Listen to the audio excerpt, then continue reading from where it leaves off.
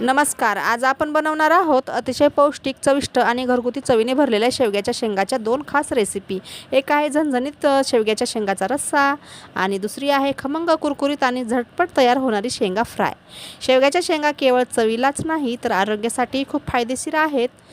तर रेसिपी पूर्ण बघा आणि ही रेसिपी आवडली असल्यास एक सबस्क्राईब करायला विसरू नका. तर सर्वात आधी आपण काय करायचं आहे, सर्व शेंगा उकडून घ्यायच्या आहेत.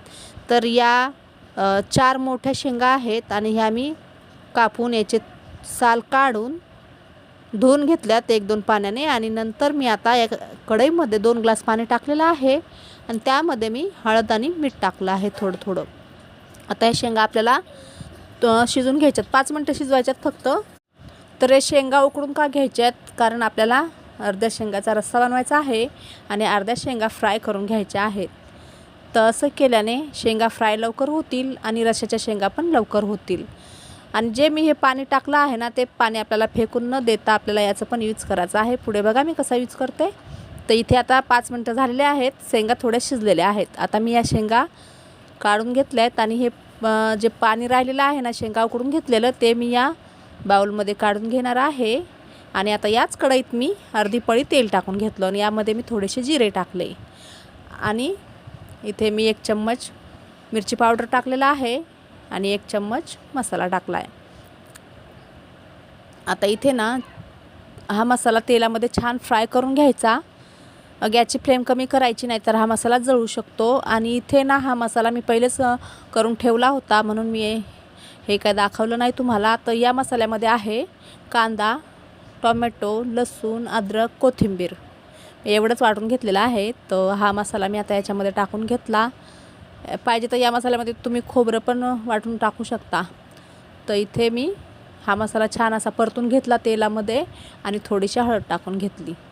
आता परत छान परतून घ्यायचा मसाला आणि याच्यामध्ये ना थोडंसं पाणी टाकून ताट ठेवून 1-2 मिनटं हा मसाला शिजून घ्यायचा. कारण हा मी जे मसाला वाटून घेतला होता ना, तो कच्चाच होता. म्हणजे मी भाजून न वाटता कच्चाच वाटून घेतला, म्हणून याला तेलात पहिले छान असा परतून घ्यायचा. बघू शकता तर छान परतत आहे हा मसाला. आता याच्यावर ना झाकण ठेवायचं आणि 2 मिनटं हा मसाला छान परतून घ्यायचा.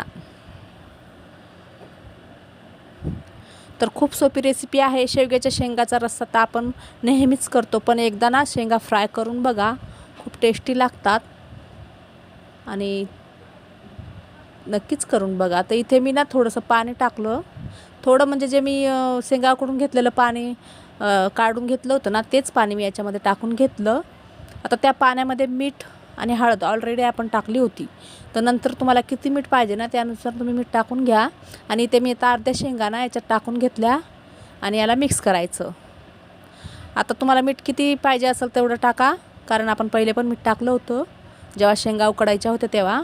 आता याला मिक्स करायचं आणि याच्यावर झाकण ठेवून याला शिजून घ्यायचं. तर याला जास्त वेळ लागणार नाही, कारण आपण शेंगा पहिले उकडून घेतलेल्या आहेत आणि मसाला पण छान परतून घेतला आहे. त्याला ना मंद आचेवर 3 ते 4 मिनटं छान असं शिजू द्यायची भाजी. आता ही कढई मी साईडच्या शेगडीवर ठेवली आहे आणि या शेगडीवर मी पॅन घेतला आहे. आता इथे मी लाल मिरची पावडर, मसाला, हिंग, थोडंसं ज्वारीचं पीठ, बेसन आणि 1 चमचा रवा, चवीनुसार मीठ घेऊन हे मिश्रण मी तयार केलं आहे. जसं आपण मच्छी फ्राय करण्यासाठी आपण घेतो ना, पण त्यामध्ये आपण हिंग नाही घेत, तर याच्यात मी हिंग पण घेतलेला आहे. आता हा मसाला घ्यायचा आहे. तुम्ही पाहिजे तर याच्यात थोडंसं तांदळाचं पीठ पण घेऊ शकता. मी तांदळाच्या पिठाऐवजी ज्वारीचं पीठ घेतलेलं आहे. आणि हे सर्व साहित्य मी म्हणजे पीठ आहे, पीठ आणि रवा 1-1 चम्मच घेतला आणि मसाला किती तिखट पाहिजे त्यानुसार तुम्ही घेऊ शकता. आता हे सर्व मिक्स करायचं. याच्यामध्ये शेंगा डिप करायच्या आणि ह्या तेलामध्ये पॅनमध्ये मी 1 पळी तेल टाकून घेतलं. त्यामध्ये ह्या डिप केलेल्या शेंगा, या मिश्रणामध्ये डिप करायच्या शेंगा आणि या तेलात टाकून घ्यायच्या. पाहिजे तर तुम्ही अशा प्रकारे मधून फोडायच्या या शेंगा आणि हा मसाला याला लावायचा आणि तेलामध्ये टाकायचा. असं पण खूप टेस्टी लागतं. आजपर्यंत त्याचा मसाला पोहोचतो आणि एकदम चविष्ट रेसिपी होते ही. तर नक्की करून बघा. आणि आता हा उरलेला थोडा मसाला मी वरतून टाकून घेतला आहे. आता इथे मंद गॅस म्हणजे कमी गॅसवरच याला छान असं फ्राय करून घ्यायचं या शेंगाला.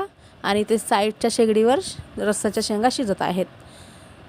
तर याला असं आता एक साईड छान असं फ्राय झाल्यानंतर अलटीपलटी करून परत फ्राय करायचा आहे. आणि इथे आता ही शेंगाची भाजी रेडी झालेली आहे. तर इथे मी आता हा गॅस बंद केला आहे तर रस्सा रेडी झालेला आहे आणि शेंगा फ्राय पण होत आहेत. तशा प्रकारे म्हणजे शेवग्याच्या शेंगापासून तुम्ही 2 रेसिपी एकाच वेळेस बनवू शकता. जर अशा रस्सा खाऊन खाऊन कंटाळा आला असेल तर तुम्ही शेंगा फ्राय पण करून खाऊ शकता.